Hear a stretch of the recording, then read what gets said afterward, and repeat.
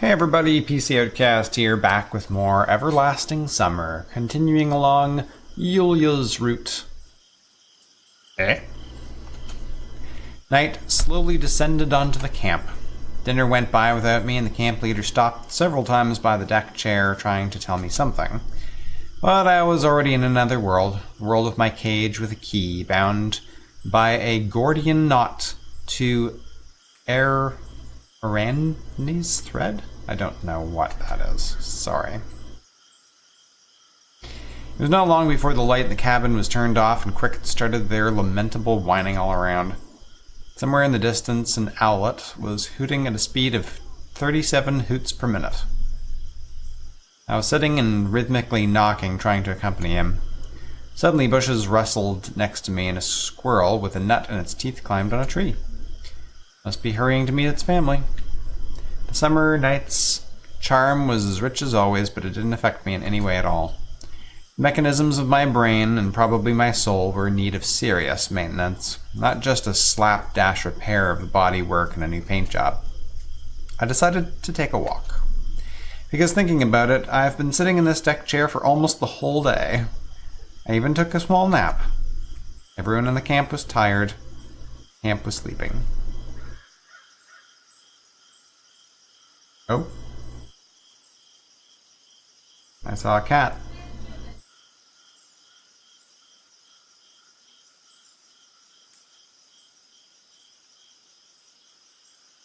The walk between Pioneer's cabins, the square with the statue of Jenda, the forest path, all that was changing like pictures in a kid's book. The whole world looked like a picture too. And that is not what I was thinking just yesterday. The reason for that was a strange girl with animal ears, a cat girl, though she could just as likely be another animal. It was like there's a defense mechanism that activated just after I appeared here, which didn't let me look for answers or get a hold of the situation. There were always more important things, such as missing the lineup, getting a comfortable seat during lunch, or sneaking away from the camp leader. Anything other than thinking about why I'm here and how I can get out. Anything. I sat on a stump and closed my eyes. A million images appeared in my brain at once, and among them was a road, a bus, and that girl. Yes, the girl with animal ears. It was her who was in the bus. Oh, that looks a little frightening. I quickly opened my eyes and saw her in front of me. At first, it looked like a dream or hallucination, but a sudden gust of cold wind brought me back to reality. Ooh, ho ho! The strange girl was sitting and sprinkling sugar on a mushroom. Huh. They grow better this way, she said with a serious face. Who? I uttered with difficulty. The mushrooms, who else? Mushrooms. Yes, mushrooms. Why do you need those mushrooms? To eat, of course. Why else would you need mushrooms? The girl pouted. I just didn't know how to start a conversation with her because I was sure that the thing which looked like a strange girl with animal ears had brought me here, and making friends with a higher being wouldn't do much good. Do you have more sugar? She asked suddenly. I don't know. No. Why do you need it? What do you mean, why? I told you, for the mushrooms.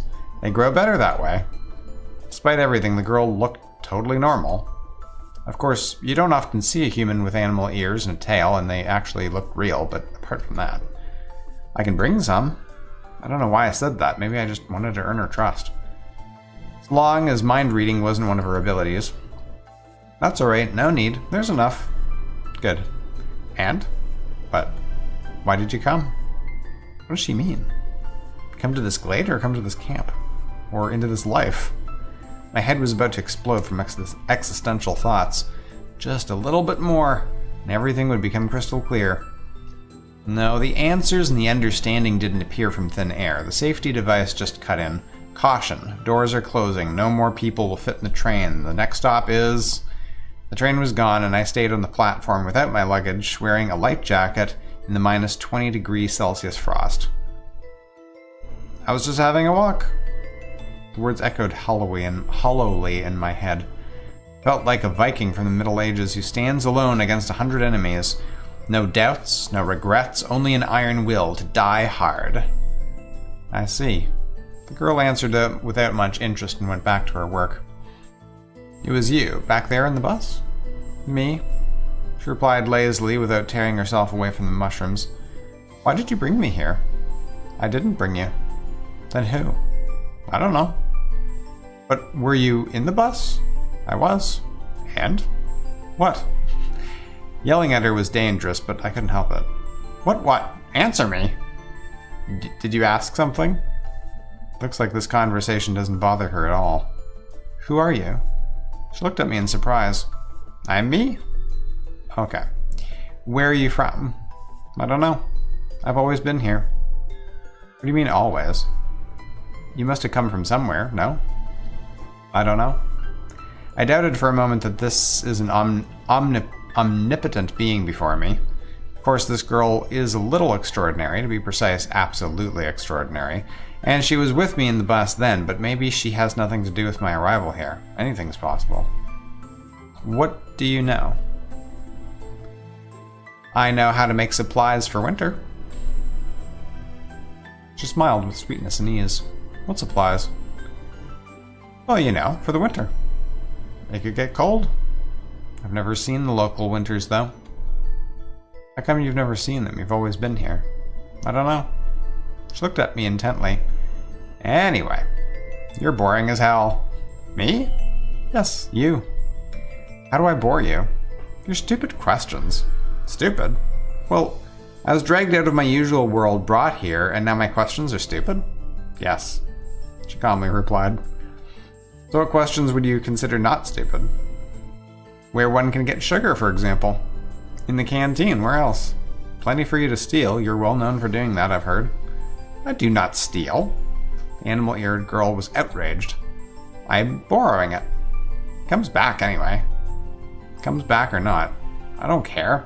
I want to understand how and why I'm here. I want to go back. I'm not interested in that. The girl stood up and shook herself. But I'm interested. If you're not the one to blame for everything, then you must know the answers. Someone should know them after all. She looked at me intently and laughed. You're funny.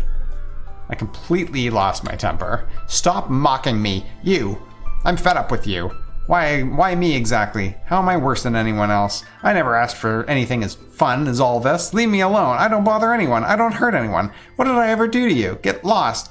Let me live in peace. My whole body shivered. The blood pounded in my head like a cannon. Everything went dark before my eyes. Have you blown off all your steam?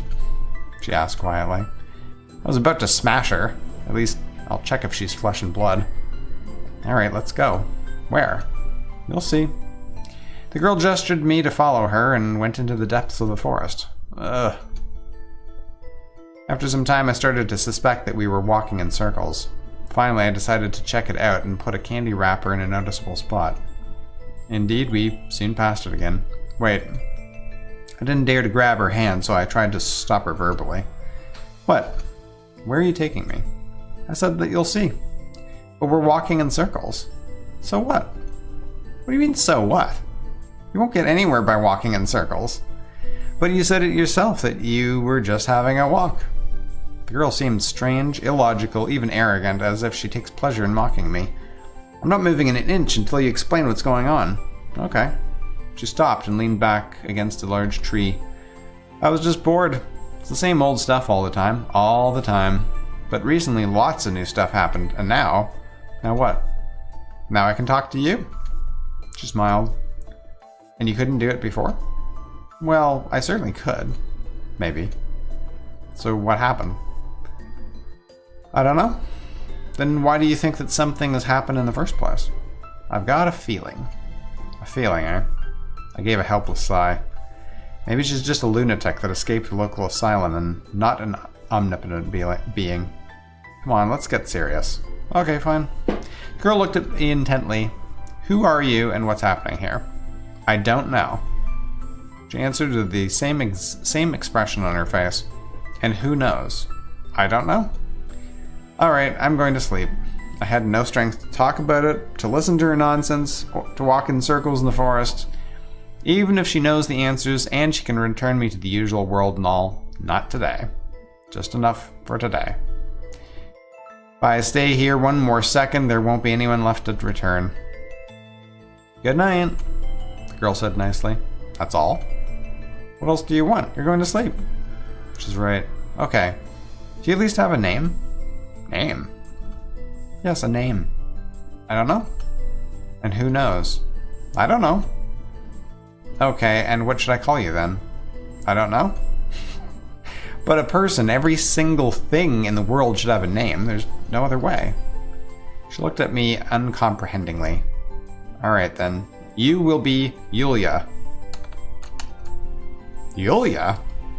I don't know why I chose that name. Maybe it was just the first thing that came to my mind. Fine. She smiled merrily. And now I have to go. The girl flicked her ears and disappeared into the forest. I slowly dragged my feet back to the camp. Now it looked like I was in some sort of tragic comedy. The higher beings cannot be idiots with this developmental level of a kindergartner, can they? Though it's possible they don't perceive the world the same way we do. I was so exhausted I couldn't fully comprehend everything that had happened to me recently. The answers could be right before me, I just need to stretch out my arm. Could be that saving stool, which would help me to reach the key. And how could I be so calm in such a situation? Maybe I'm just tired. Dead tired. Olga waited for me on the doorstep of her cabin. At last! Where were you wandering in the dead of night? I looked hard at the camp leader. I wonder, is she real? I don't have a single doubt about that girl, Yulia. She may not be human, but she exists. What about Olga, the other pioneers? You know, I saw that cat girl. Sure, of course, she chuckled. Well, you don't have to believe me if you don't want to. I don't want to, and I don't believe you. It's your choice, I said in a tired voice and pushed my way into the cabin. Send me in tomorrow. I didn't hear the rest of her words. There was only one thing to understand, whether anything is up to me or not. Could I keep desperately searching for that key, or is the cat girl the answer I've been looking for? Maybe the only thing left to do is to understand. No one ever said that the clue will be written straightforwardly in your own language. Though maybe I always knew those answers and I just had to comprehend their meaning. What if everything is not real and I'm just dreaming? What if I just imagined everything about finding answers, about understanding them? Maybe there is no cage, no jail, and the key has already been hung up from the burned out lamp in my room, which has turned into a pioneer camp, inhabited by unreal but very alive people who seem so understandable and so precious. Well, no. I'm not a wizard, not an oracle, not a god. Voltaire once said, "Illusion is the first of all pleasures." Maybe my most successful skill was my illusions. Lines of thoughts connected one by one, ready to keep it going until morning, but the safety device worked again and unplugging the whole system instead of reformatting my brain like last time.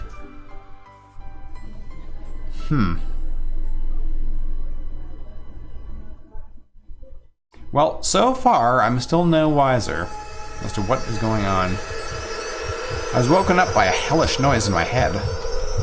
Turned out to be the alarm clock. Having found its button with difficulty, I turned it off. Olga, it's 7 o'clock in the morning. Why so early?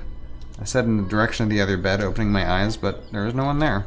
The camp leader must have gone somewhere already. I rose with difficulty and looked myself over in the mirror. A common pioneer, nothing more. Someone showed me photos of the local residents with me among them, I'd never recognized myself.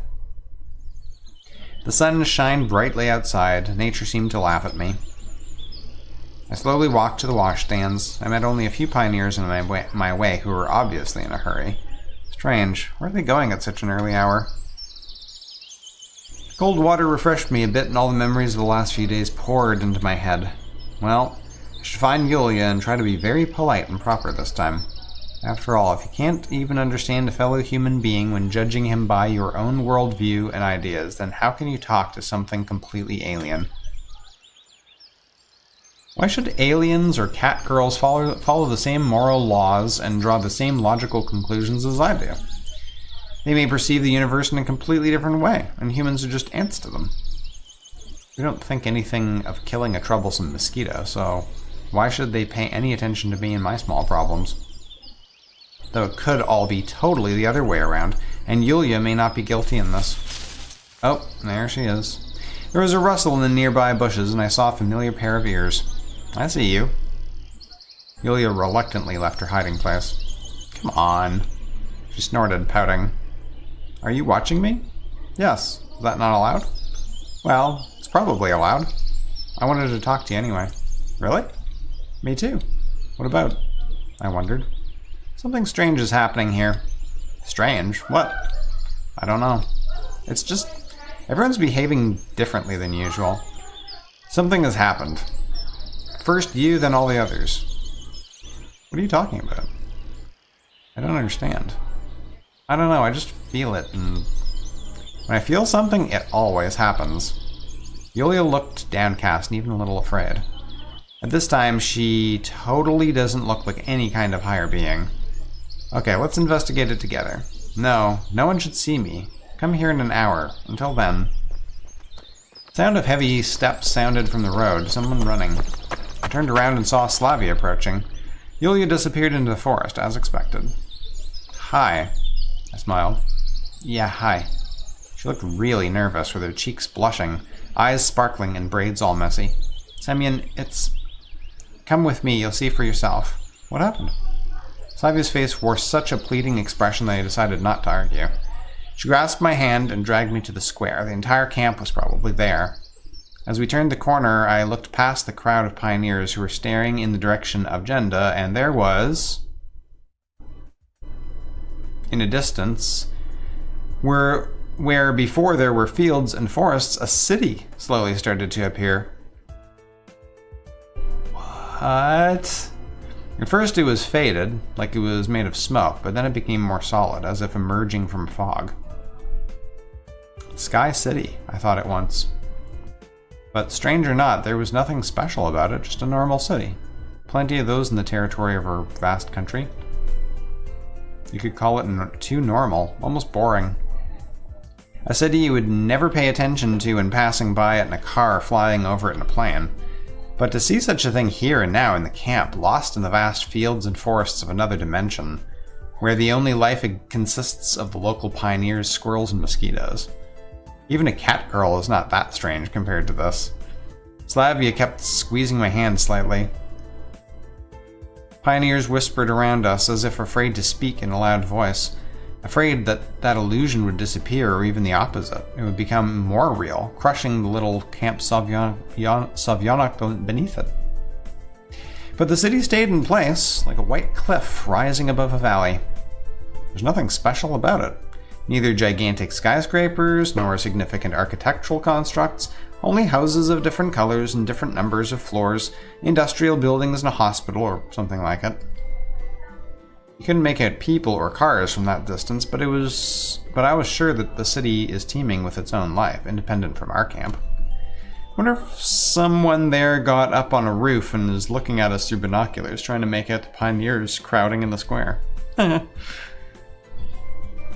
Indeed, it seemed like something flashed on one of the tallest buildings in the distance. But wait a minute. Binoculars? According to my estimations, there were about 2 or 3 kilometers to the city, so if I wanted to understand something right now, then I need binoculars, or a spyglass. I ran to Olga. You see that too? Yes, of course, she replied as if strained. I need binoculars, or a spyglass. Camp leader stopped watching the faraway city for a moment and looked at me uncomprehendingly. Binoculars? Yes. Go to the Cybernetics Club, there should be some. I darted off and rushed in the direction of the club's building. Electronique and Shirk were tinkering with something as usual and looked like they knew nothing about the weird stuff happening in the camp. Binoculars, quick! I shouted, trying not to lose my breath. What is it? Haven't you seen it? Ah, damn. You were sitting here with your robots like owls. Do you have binoculars or a spyglass? I pronounced each word slowly like a caveman who had just learned how to speak. Can you calmly explain what this is all about? No time to explain. Give me the binoculars and hurry to the square. The young cyberneticists didn't keep arguing with me, and in a minute we were standing with the rest of the pioneers as I used the binoculars to carefully examine the city, which appeared from God knows where. At first glance, there was nothing special about it, and it gave me an impression of being from my time, the beginning of the 21st century. Ad boards, satellite dishes, pompous shop signs, modern cars. Give those to me. The camp leader snatched the binoculars from my hands. So, is that your world? Turned around and saw Yulia standing next to me. She said no one should see you. Or you said. Yes, but she was lost in thought. No one sees me right now. Pioneers didn't pay any attention to the strange girl with cat ears. Too occupied by watching the far-off city. Do you know what it is and why? No. She answered after a short pause. There was nothing like this before, nothing at all. And what was there? Well, you came, then left, then came again. And what did you do all that time? I told you before I was preparing supplies for the winter. I totally couldn't understand. Does Yulia not consider the situation even a little bit strange, or is she just good at role-playing? However, who would need to put on such a show for my benefit alone? I'm nothing but a guinea pig in a cage. I don't believe you. You should know something. Semyon. Turned to the camp leader. I have no idea what all that is about, but it looks very strange. We should call the police. Olga reacted in the usual way, like a normal person would in such a situation. I turned back to Yulia to triumphantly inform her about it, but the cat girl had already disappeared. What can it be?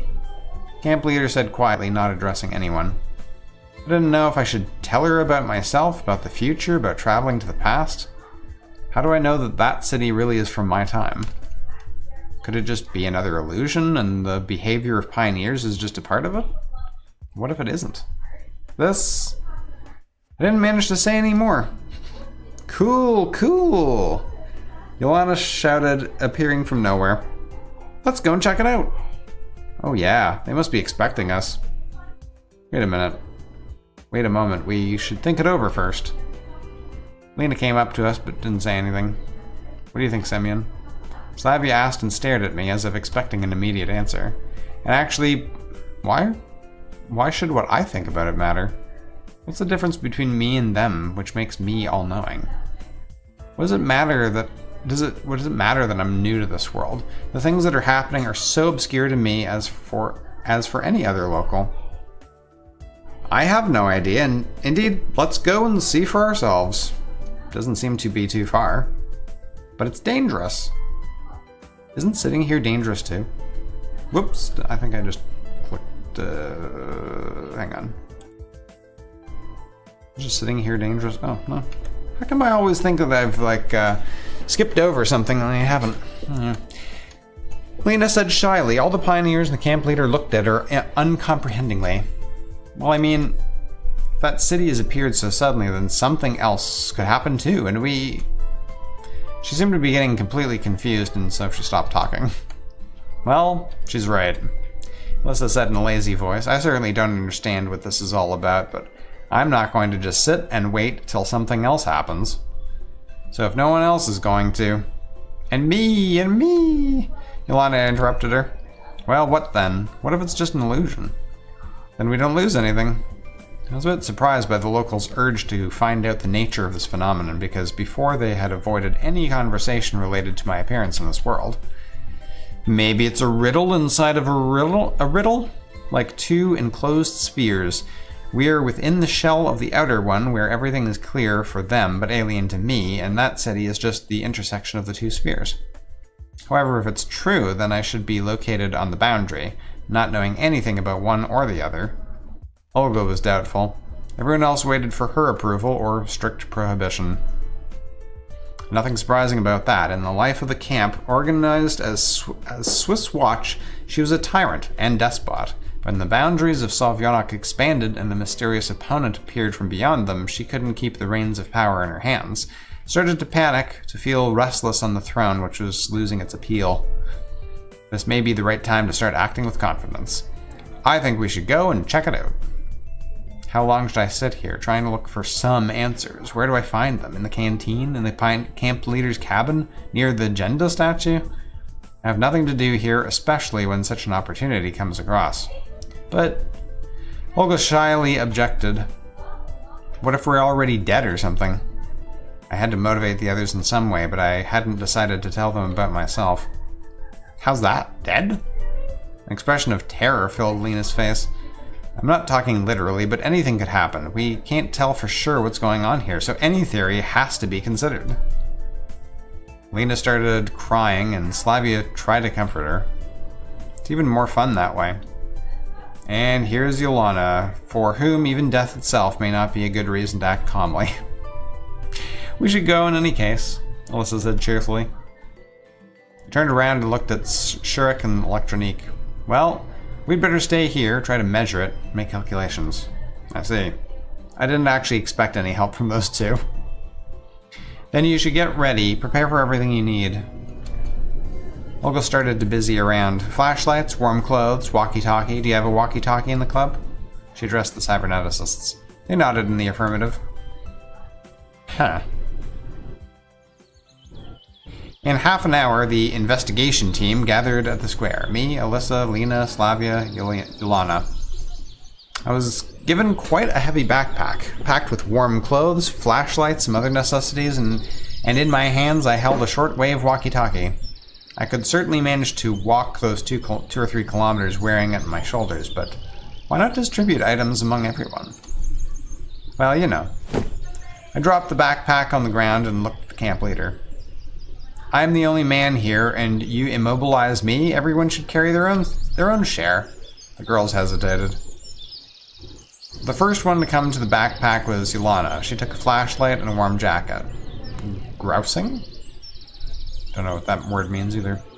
The rest of them followed her example. I didn't expect such boldness from myself, and expected even less for them to agree without question.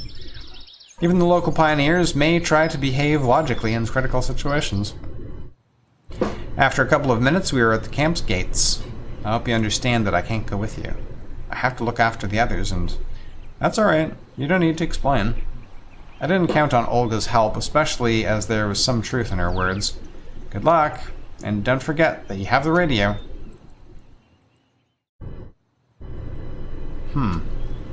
Summer sun scorched us mercilessly. Why are they now walking on the road and there's no city? The warm sweater in the bag seemed a kind of mockery. I would give it and all the flashlights and even the walkie-talkie away in exchange for the camp leader's Panama hat and a bottle of water. Why didn't anyone think of bringing a water flask? Oh.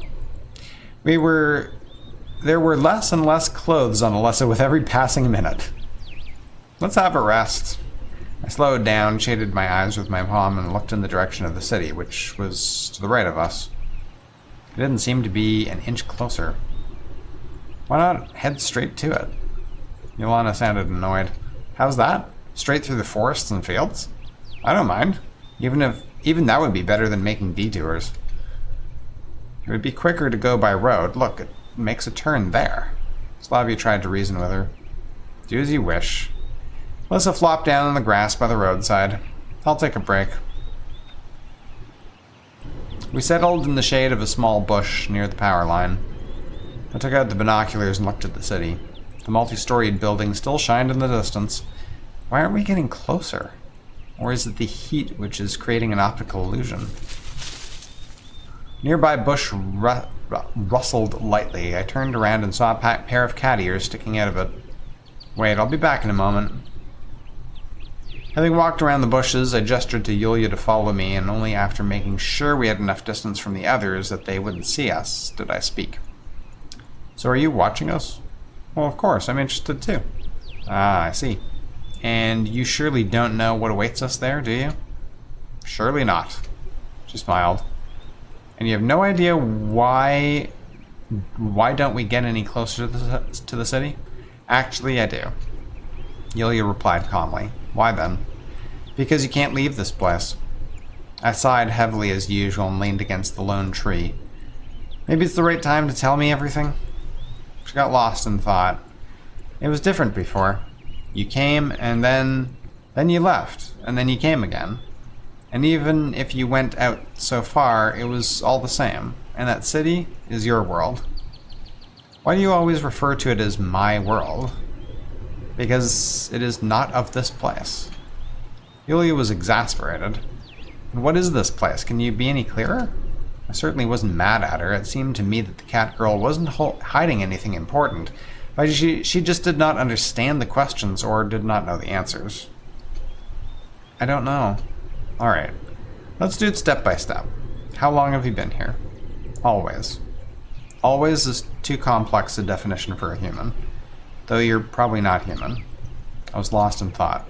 And what am I doing here? You were always here too. How is it possible? Did I duplicate myself? Because I don't remember anything like that.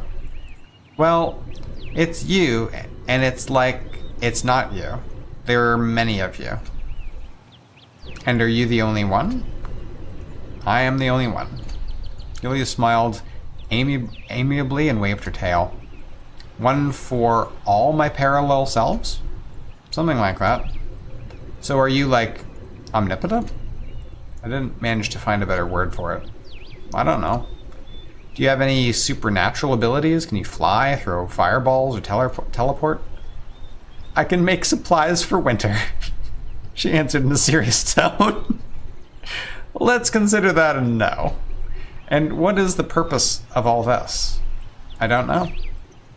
I was rather calm at first, then after all these I don't knows, I started to lose my temper. You know... Semyon! I heard Slavy shouting.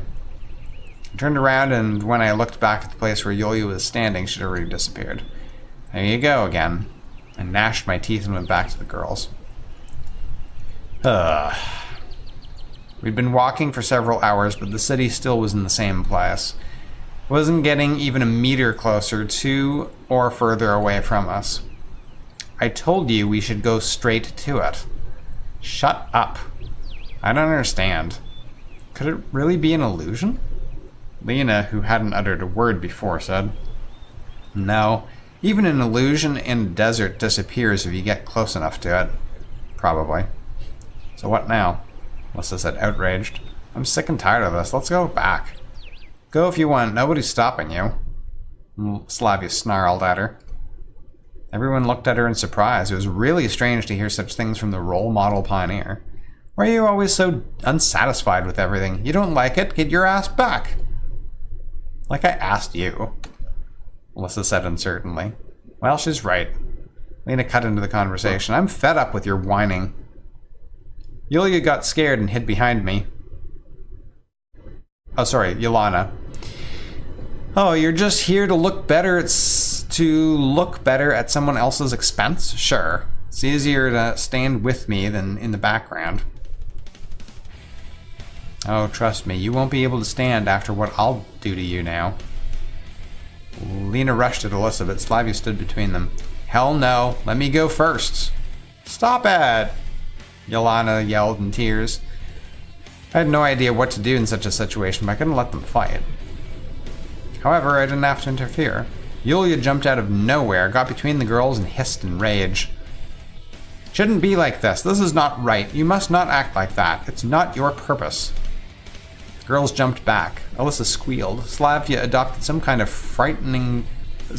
of fighting position, and Lena was holding a knife which she'd pulled from God knows where. Who are you? Who is it? What is it? I couldn't tell if she was addressing Yulia or me. Wait. I stood between them and the cat girl. I can explain everything.